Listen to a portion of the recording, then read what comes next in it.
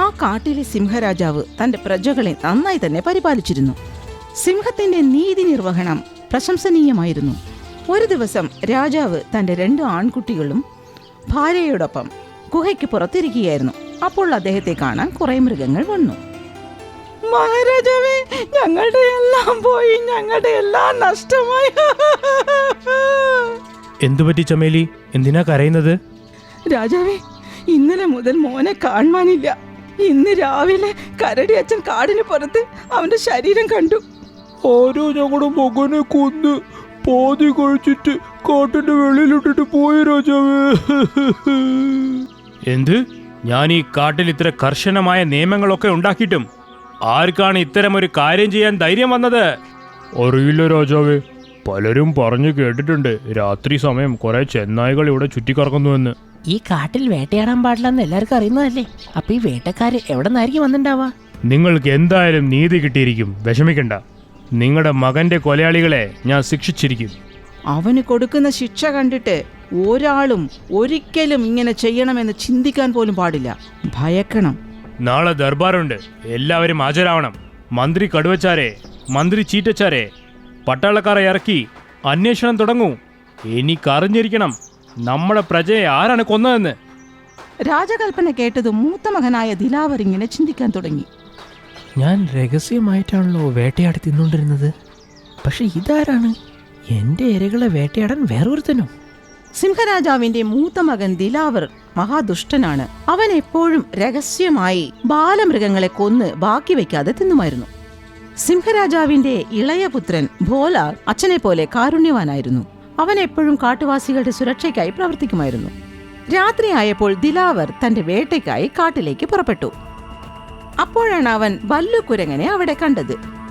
അത് ശരി, അപ്പൊ ഈ കുരങ്ങനും അച്ഛന്റെ ചാരനാണല്ലേ? ഇന്നെന്തായാലും വേട്ട വേണ്ട. കുറച്ച് ദിവസം ഇങ്ങനെ തന്നെ പോട്ടെ, അല്ലെങ്കിൽ എല്ലാവരും എന്നെ സംശയിക്കാൻ തുടങ്ങും. അപ്പോഴേക്കും ബല്ലു അവന്റെ അടുത്തെത്തി. യുവരാജാവേ, നിങ്ങൾ ഇവിടെ ഈ സമയത്ത് എന്താണ്? ബല്ലുവിന്റെ ചോദ്യം കേട്ട് ദിലാവർ ആദ്യം ഒന്ന് ഞെട്ടി. പെട്ടെന്ന് സ്വയം നിയന്ത്രിച്ചിങ്ങനെ പറഞ്ഞു, ആ കൊലപാതകയെ പിടിക്കേണ്ടത് എന്റെയും കടമയല്ലേ? അവനെ തേടിയാണ് ഞാനിവിടെ വന്നത്. യുവരാജാവായ നിങ്ങളെ പോലെ വേണം. നിങ്ങൾ ഞങ്ങളുടെ അഭിമാനമാണ്. പ്രശംസ കേട്ട ദിലാവർ തന്റെ ഗുഹയിലേക്ക് മടങ്ങിപ്പോയി. അപ്പോൾ അവിടെ ഭയങ്കരനായ ഒരു ചെന്നായ വന്നു. ആ മാനന്റെ കുട്ടി എന്ത് സ്വാദായിരുന്നു! ശരി, ഇന്നും ഏതെങ്കിലും ഒരു കുട്ടിയെ കൊന്ന് സ്വാദിഷ്ടമായ ഭക്ഷണം കഴിക്കണം. ചമേലിയുടെ കുഞ്ഞിനെയും ഷാക്കാൾ ചെന്നായാണ് കൊന്നു തിന്നത്. ഷാക്കാൾ ചെന്നായയും ദിലാവർ സിംഹത്തെ പോലെ രഹസ്യമായി വേട്ടയാടിയാണ് തിന്നുകൊണ്ടിരുന്നത്. ചെന്നായ തന്റെ ഇരയെ തേടിക്കൊണ്ടിരിക്കുമ്പോൾ മരത്തിന്റെ മുകളിൽ ഇരിക്കുകയായിരുന്ന രാജാവിന്റെ ചാരനായ കഴുകൻ ഇതൊക്കെ ശ്രദ്ധിക്കുകയായിരുന്നു. ഈ ചെന്നായി ഇവിടെ എന്താ ചെയ്തോണ്ടിരിക്കുന്നത്? അല്ല, ഇവനായിരിക്കുമോ ആ ചമേലിയുടെ കുഞ്ഞിനെ കൊന്നാൻ? അപ്പോൾ സൂത്രശാലിയായ ചെന്നായ ആ പാവം മുയലിന്റെ വീട്ടിനുള്ളിലേക്ക് കയറി. ഒരു മുയൽ കുഞ്ഞിനെയും കടിച്ചു പിടിച്ച് ചെന്നായ പുറത്തേക്കിറങ്ങി. ഇത് കണ്ട കഴുകൻ ഞെട്ടി. ലവനായിരുന്നു ഈ വേട്ടകളെല്ലാം നടത്തിയതല്ലേ? നേരം വിളക്കട്ടെ, സിംഹരാജാവിനോട് ഈ കാര്യം അറിയിക്കണം. പിറ്റേ ദിവസം തങ്ങളുടെ കുഞ്ഞിനെ കാണാതായതിനെ കുറിച്ചുള്ള പരാതി പറയാൻ രാജാവിന്റെ അടുത്തെത്തി മുയലുകൾ. രാജാവേ, ഇന്നലെ രാത്രി മുതൽ ഞങ്ങളുടെ കുട്ടിയെ കാണാനില്ല രാജാവേ. അവൻ എവിടെ പോയി തന്നെ അറിഞ്ഞൂടാ. ആരോ അവനെ എന്തോ ചെയ്തിരിക്കുന്നു രാജാവേ. മഹാരാജാവേ, ഇന്നലെ രാത്രി ആ ചെന്നായാണ് ഇവരുടെ കുട്ടി എടുത്തോണ്ട് പോയത്. ഞാൻ എന്റെ 2 കണ്ണോണ്ട് കണ്ടതാണ്. അപ്പോ നമ്മുടെ കാട്ടുവാസികളെ കൊന്നു തിന്നുന്നത് ആ ചെന്നായി ആണല്ലേ? ആ ചെന്നായിക്ക് അത്രയ്ക്ക് ധൈര്യമോ? ആരിവിടെ? ആ ചെന്നായെ പിടിച്ചു കെട്ടി കൊണ്ടുവരൂ. രാജാവിന്റെ പടയാളികൾ അവനെ തേടിച്ചെന്ന് ആ ചെന്നായയെ പിടിച്ചു കെട്ടിക്കൊണ്ടുവന്ന് രാജസന്നിധിയിൽ എത്തിച്ചു. മഹാരാജാവേ, നിങ്ങൾ പറഞ്ഞ ചെന്നായ ഞങ്ങൾ എത്തിച്ചിരിക്കുന്നു. അങ്ങ് കൽപ്പിച്ചാൽ ഞാൻ എന്റെ കൈയും കാലും വെട്ടിമാറ്റാം. അപ്പോൾ അവിടെ സൂത്രശാലി ചെന്നായയുടെ മാതാപിതാക്കളും എത്തി. നിൽക്കണം, എന്റെ മോനൊന്നൊരു കൊലപാതകയല്ല, ഇങ്ങനെ തുണ്ടു തുണ്ടായി വെട്ടിക്കളയാൻ. നിങ്ങൾ എന്തിനാണ് എന്റെ മകനെ ശിക്ഷിക്കാൻ ഇവിടെ കൊണ്ടുവന്നിരിക്കുന്നത്? നിങ്ങളുടെ മകൻ കാട്ടിലെ കുഞ്ഞുങ്ങളെ വേട്ടയാടി കൊന്നു തിന്നിരിക്കുന്നു. അതുകൊണ്ട് ഞാനിപ്പോൾ ഇവനെ ശിക്ഷിക്കാൻ പോകുകയാണ്. കേണപേക്ഷിക്കുന്നു, എന്റെ മോനെ ശിക്ഷിക്കരുത് രാജാവേ. ഞങ്ങളുടെ മോനോട് ക്ഷമിക്കണം രാജാവേ. ഇനിയൊരു പ്രാവശ്യം അവനിങ്ങനെ ചെയ്യില്ല. മഹാരാജാവ് ഒരു അവസരം കൂടെ തരണം. ഇവൻ ഒരു അവസരവും കിട്ടില്ല. മറ്റുള്ള കുറ്റവാളികൾക്ക് ഏത് ശിക്ഷയാണോ കിട്ടുന്നത് അത് തന്നെ ഇവനും കൊടുക്കും. കഴുകച്ചാരെ, ഈ നിൽക്കുന്ന ചെന്നായുടെ 2 കണ്ണുകളും കൊത്തിപ്പൊട്ടിക്കൂ. രാജകൽപ്പന കേട്ട ഉടനെ തന്നെ കഴുക് തന്റെ മൂർച്ചയേറിയ കൊക്കുകൾ ഉപയോഗിച്ച് ചെന്നായുടെ കണ്ണുകൾ കൊത്തിപ്പറിച്ചു. ആനച്ചാരെ, അവന്റെ 2 കൈകളും പൊട്ടിച്ച് വലിച്ചെറിയൂ. ആന തന്റെ തുമ്പിക്കൈ കൊണ്ട് ചെന്നായുടെ കൈകൾ വലിച്ചു പറിച്ച് ദൂരെ എറിഞ്ഞു.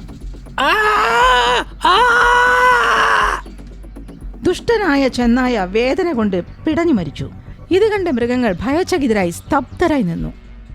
ഇനി ആരെങ്കിലും എന്റെ പ്രജകളെ ഉപദ്രവിക്കാൻ ശ്രമിച്ചാൽ അവർക്കും ഇതേ ശിക്ഷ തന്നെയായിരിക്കും. ഓർമ്മയിരിക്കട്ടെ. ചെന്നായയുടെ ഭീകര മരണം കണ്ട ദിലാവർ പേടിച്ചു വിറച്ചു. വേട്ടയാടുന്നതിന്റെ ശിക്ഷ കടുപ്പം തന്നെ. പക്ഷെ ഞാൻ രഹസ്യമായി തന്നെ വേട്ടയാടി കൊന്നു തിന്നു.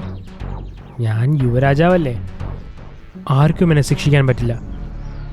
യുവരാജാവ് ദിലാവർ ഇങ്ങനെയൊക്കെ ആലോചിച്ചുകൊണ്ടിരിക്കുമ്പോൾ മരിച്ചുപോയ ചെന്നായുടെ അമ്മ കരഞ്ഞുകൊണ്ടിങ്ങനെ പറഞ്ഞു, എന്റെ കുഞ്ഞിന് ഇങ്ങനൊരു വധശിക്ഷ കൊടുത്തത് ഒട്ടും ശരിയല്ല രാജാവേ. ഞാനിപ്പോൾ പറയുന്നു, നിങ്ങളും ഈ വേദന അനുഭവിക്കും. മകന്റെ വിയോഗത്തിൽ മനസ്സ് തകർന്ന ആ അമ്മ തന്റെ ഭർത്താവിനെയും കൂട്ടി അവിടെ നിന്നും പോയി. രാജാവേ, അങ്ങയുടെ നീതി നിർവഹണം പ്രശംസനീയമാണ്. ഇതുപോലെ തന്നെ അങ്ങ് നീതി നടപ്പിലാക്കിയാൽ ഈ കാട്ടിൽ അനീതി ചെയ്യാൻ ആരും ധൈര്യപ്പെടില്ല. കോടതി വിധി കഴിഞ്ഞതും മൃഗങ്ങളൊക്കെ പിരിഞ്ഞുപോയി. ചെന്നായുടെ മരണത്തിനു ശേഷം ആ കാട്ടിൽ മൃഗങ്ങളുടെ ശവശരീരങ്ങൾ കണ്ടുകിട്ടിയില്ല. അങ്ങനെ ഒരു രാത്രിയിൽ ദിലാവർ ഇരയെ തേടി കാട്ടിലിറങ്ങി. കുറേ ദിവസമായി ഞാൻ ശരിക്കും ഒന്ന് വേട്ടയാടിയിട്ട്. ഇന്ന് എന്തായാലും ഏതെങ്കിലും ഒരു കുഞ്ഞിനെ ഞാൻ അടിച്ച് തിന്നിരിക്കും. അങ്ങനെ ചിന്തിച്ച് ദിലാവർ ചെന്നായകളുടെ വാസസ്ഥലത്തെത്തി. അവിടെ ഒരു ചെന്നായ കുഞ്ഞ് കളിച്ചുകൊണ്ടിരിക്കുന്നത് അവൻ കണ്ടു. എൻ്റെ അമ്മേ, കൊഴുത്തൊരു കുഞ്ഞൻ, വായിൽ വെള്ളം വരുന്നു. ശരി മോനെ, വേഗം ചേട്ടൻ്റെ വയറ്റിലേക്ക് വാ. ഒട്ടും താമസിക്കാതെ ദിലാവർ അതിനെ കൊന്നു തിന്നാൻ തുടങ്ങി. പക്ഷെ ഇതൊക്കെ ചത്തുപോയ ചെന്നായുടെ അമ്മ കണ്ടു. ആരെങ്കിലും എന്റെ കുഞ്ഞിനെ രക്ഷിക്കണേ, ആരെങ്കിലും എന്റെ കുഞ്ഞിനെ രക്ഷിക്കണേ, എന്റെ കുഞ്ഞിനെ കൊന്നു തിന്നു രക്ഷിക്കണേ. ആ അമ്മയുടെ കരച്ചിൽ കേട്ട മറ്റു ചെന്നായികളും അവിടെ ഓടിയെത്തി. അല്ല, ഇത് ദിലാവറല്ലേ, നമ്മുടെ രാജകുമാരൻ? ഇവൻ പിഞ്ചു കുഞ്ഞിനെ കൊന്നിരിക്കുന്നു. ഇവനെ വെറുതെ വിടരുത്, ഇവനെ പിടിച്ചു കെട്ടു. എല്ലാ ചെന്നായികളും കൂടി അവനെ കയ്യും കളവുമായി പിടിച്ചുകെട്ടി. നേരം വെളുത്തതും അവനെ രാജാവിന്റെ മുമ്പിൽ ഹാജരാക്കി. മഹാരാജാവേ, ഒരു കുഞ്ഞിനെ കൊന്നതിന് എൻ്റെ മകനെ നിങ്ങൾ ക്രൂരമായി ശിക്ഷിച്ചു. അതേ തെറ്റ് നിങ്ങളുടെ മകനും ചെയ്തെങ്കിൽ അതേ ക്രൂരമായ ശിക്ഷയാണോ നിങ്ങൾ കൊടുക്കുക? എന്റെ മകൻ എന്താണ് ചെയ്തത്? ഇവിടുത്തെ മൂത്ത രാജകുമാരൻ ഒരു പിഞ്ചിളം കുഞ്ഞിനെ കൊന്നു തിന്നു. ദിലാവർ, ഇവര് പറയുന്നത് സത്യമാണോ? അല്ല അച്ഛാ, ഇവര് നുണ പറയുന്ന. ജുംറു, എന്റെ മകനാണ് കൊന്നതെന്ന് നിന്റെ കയ്യിൽ എന്തെങ്കിലും തെളിവുണ്ടോ? ഇവൻ തെളിവൊന്നും ബാക്കി വെച്ചില്ല മഹാരാജാവേ, അവൻ മുഴുവനായ കുട്ടിയെ തിന്നു. ഈ സിംഹരാജാവ് തെളിവില്ലാതെ ആരെയും ശിക്ഷിക്കാറില്ല. ഒരു തെളിവുണ്ട് രാജാവേ. അതെ രാജാവേ, എന്റെ കണ്ണുകൾ കൊണ്ട് കണ്ടതാണ് ഇവൻ കുഞ്ഞിനെ തിന്നുന്നത്. ഞങ്ങൾ എല്ലാരും കൂടെ ചേർന്നാണ് കൈയും കളവായി ഇവനെ പിടിച്ചത്. ഇവരെല്ലാം കള്ളം പറയാണ് അച്ഛ. അച്ഛൻ ഇവരുടെ മകനെ വധശിക്ഷ കൊടുത്തില്ലേ, അതിന് പ്രതികാരം ചെയ്യാൻ ഇവർ എൻ്റെ മേലെ കുറ്റാരോപണം നടത്തുകയാണ് അച്ഛ. ചെന്നായകൾ പറയുന്നതുകൊണ്ട് മാത്രം എനിക്കിവനെ ശിക്ഷിക്കാൻ പറ്റില്ല. ഇതാണോ നിങ്ങളുടെ നീതിന്യായം? ദിലാവർ നിങ്ങളുടെ മകനായതുകൊണ്ട് ഞങ്ങൾക്ക് നീതി ലഭിക്കില്ല അല്ലേ? നീതി ലഭിക്കാതെ വന്നപ്പോൾ ചെന്നായികൾ വേദനയോടെ മടങ്ങി. രാജാവ് തീരാ സങ്കടത്തിലായി. രാത്രിയായി. ഉറക്കമില്ലാതെ രാജാവ് ചിന്തിക്കാൻ തുടങ്ങി. ദിലാവറിന്റെ മകനാണ്, അതുകൊണ്ടെന്താ? അവൻ കുറ്റം ചെയ്തിട്ടുണ്ടെങ്കിൽ അവനെ ശിക്ഷിക്കേണ്ടത് എൻ്റെ കടമയാണ്. വളരെ സൂക്ഷ്മതയോട് കൂടി വേണം ഞാനിത് അന്വേഷിക്കാൻ. പിറ്റേ ദിവസം തന്നെ മഹാരാജാവ് തന്റെ ചാരന്മാരെ വിളിച്ചു വരുത്തി. ശ്രദ്ധിച്ചു കേൾക്കൂ. എന്റെ മകനായതുകൊണ്ട് മാത്രമാണ് അവർക്ക് നീതി ലഭിക്കാത്തത് എന്നാണ് അവരുടെ ആരോപണം. അതുകൊണ്ട് നിങ്ങളെല്ലാവരും സത്യസന്ധമായി അന്വേഷിക്കൂ. ദിലാവരാണ് കുറ്റക്കാരനെങ്കിൽ അവൻ ശിക്ഷ അനുഭവിച്ചിരിക്കണം. നിങ്ങൾ പേടിക്കേണ്ട രാജാവേ, ഞങ്ങൾ എങ്ങനെയെങ്കിലും സത്യം പുറത്തു കൊണ്ടുവരും. അപ്പോൾ തന്നെ രാജചാരന്മാർ നാടെങ്ങും അന്വേഷണം തുടങ്ങി. അന്വേഷണത്തിനിടയിൽ കഴുകൻ പറന്ന് ഒരു മരത്തിൽ പോയിരുന്നു. അവിടെ ഉണ്ടായിരുന്ന മൂങ്ങയോട് സംസാരിക്കാൻ തുടങ്ങി. ദിലാവർ ആ കുഞ്ഞിനെ കൊന്നില്ലേ, അതെന്റെ 2 കണ്ണുകൊണ്ട് കണ്ടതാ. നിനക്കിത് മഹാരാജാവിനോട് പറയാമോ? ദിലാവർ സിംഹരാജാവിൻ്റെ മകനാണ്. രാജാവ് അവനെ ശിക്ഷിച്ചില്ലെങ്കിലേ പിന്നെ എൻ്റെ ജീവിതം കട്ടപ്പുക. നീ അതിനെക്കുറിച്ച് വിഷമിക്കണ്ടേ. നീ കണ്ട കാര്യം പറ, ബാക്കിയൊക്കെ ഞാൻ ഏറ്റു.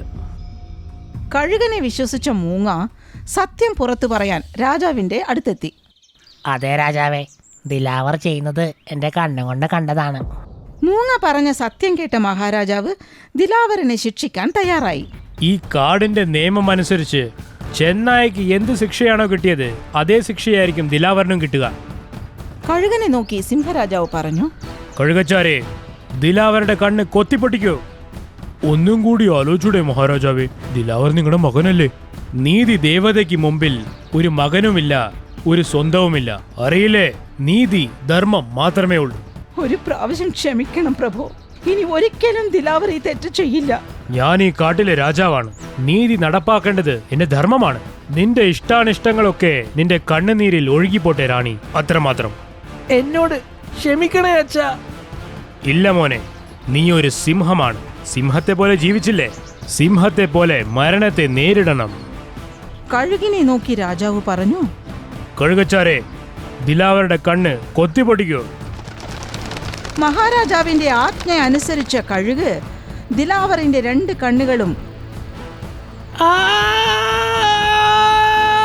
വേദന കൊണ്ട് പുളയുന്ന മകനെ കണ്ട് മഹാരാജാവിന്റെ കണ്ണ് നിറഞ്ഞു. നിറഞ്ഞ കണ്ണുകളോടെ ആനയോട് കൽപ്പിച്ചു, ഗജപതി, ദിലാവറുടെ കൈകൾ 2 പറിച്ചു വലിച്ചെറിയൂ, വേഗം. ഇത് കേട്ട എല്ലാവരും ഞെട്ടിപ്പോയി. രാജൻ, ഇവൻ നിങ്ങളുടെ മകനാണ്. ഇനി മുതൽ ഇവൻ ഇങ്ങനെ ഒന്നും ചെയ്യില്ല. ഇവനോട് ക്ഷമിക്കൂ. കൊലയാളി മാപ്പർഹിക്കുന്നില്ല. ഇവന്റെ കൈ മുറിച്ചു കളയുവാനേ. ഇത് എന്നെ കൊണ്ട് പറ്റില്ല മഹാരാജാവേ. ഇതെന്റെ ഉത്തരവാണ്. ഞാൻ പറഞ്ഞത് ചെയ്യുവാനേ. തനിക്ക് ഒട്ടും ഇഷ്ടമില്ലാതിരുന്നിട്ടും രാജകൽപ്പനയനുസരിച്ച് ആന ദിലാവറിന്റെ 2 കൈകളും പറിച്ച് ദൂരെ എറിഞ്ഞു. വേദന സഹിക്കവയ്യാതെ ദിലാവർ ഉച്ചത്തിൽ അലറി കരഞ്ഞു കിടന്നു. രാജാവ് നീതി നടപ്പിലാക്കിയ വിധം കണ്ട് മൃഗങ്ങൾ സ്തംഭിച്ചു നിന്നു. മരണവേദനയിൽ പിടയുന്ന മകന്റെ അരികിൽ ചെന്ന രാജാവ് പൊട്ടിക്കരഞ്ഞു. മോനെ, നീ എന്തിനാ ഇങ്ങനെ ചെയ്തത്? മരണശിക്ഷ വിധിക്കേണ്ട ഗതികേട് എനിക്ക് വന്നല്ലോ ഈശ്വരാ. നീതിമാനായ രാജാവിന്റെ ന്യായവിധി കണ്ട എല്ലാവർക്കും ആശ്വാസമായി. മഹാരാജാവേ, അങ്ങയുടെ നീതിബോധം പ്രശംസനീയമാണ്. എല്ലാരും കേട്ടോളൂ, ഇതെന്റെ അവസാനത്തെ വിധി പറച്ചിലായിരിക്കും. ഇനി മുതൽ ഞാൻ ആർക്കും വിധി പറയില്ല. ഇത് എല്ലാവരെയും സ്തബ്ധരാക്കി. ഞാൻ എന്റെ രാജപദവി ഉപേക്ഷിച്ച് ഹിമാലയത്തിൽ തപസ്സിനായി പോകുകയാണ്. അങ്ങ് പോയി കഴിഞ്ഞാൽ പിന്നെ ഞങ്ങൾക്ക് ആരാണുള്ളത്? എന്റെ ഇളയ മകൻ ബോല രാജാവാകാൻ അർഹനാണ്. എനിക്ക് ഉറപ്പുണ്ട് എന്നെ പോലെ നീതിമാനായ ഒരു രാജാവായിരിക്കുമെന്ന്. അങ്ങ് പോയി കഴിഞ്ഞാൽ പിന്നെ എനിക്കിവിടെ ആരാണുള്ളത്? ഞാനും അങ്ങയോടൊപ്പം വരികയാണ്. അവർ ഇളയ മകനെ രാജാവായി വാഴിച്ച് ഹിമാലയത്തിലേക്ക് പോയി. മൃഗങ്ങളൊക്കെ വിങ്ങുന്ന ഹൃദയത്തോടെ അവർക്ക് വിട നൽകി. നിങ്ങൾക്ക് ഞങ്ങളുടെ ഈ വീഡിയോ ഇഷ്ടമായെങ്കിൽ ദയവായി ഞങ്ങളുടെ ചാനൽ സബ്സ്ക്രൈബ് ചെയ്യുക. പിന്നെ ഈ വീഡിയോ ലൈക്കും ഷെയറും ചെയ്യാൻ മറക്കരുത്. നന്ദി, നമസ്കാരം.